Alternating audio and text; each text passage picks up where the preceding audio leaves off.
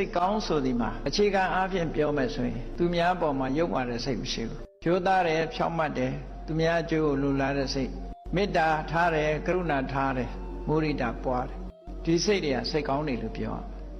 အဲ့ဒါတွေနဲ့မေတ္တာကရုဏာမုဒိတာနဲ့ရှင်းလာတဲ့စိတ်လေးတွေစိတ်ကောင်း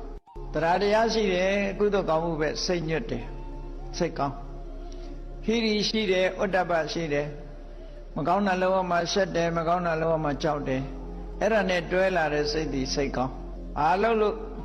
ကိုလို့ချင်တာလုံးမဲ့ဘယ်သူဂယုဆိုင်ရမှာလဲဟောအာဟိရိကနုတ္တပနော်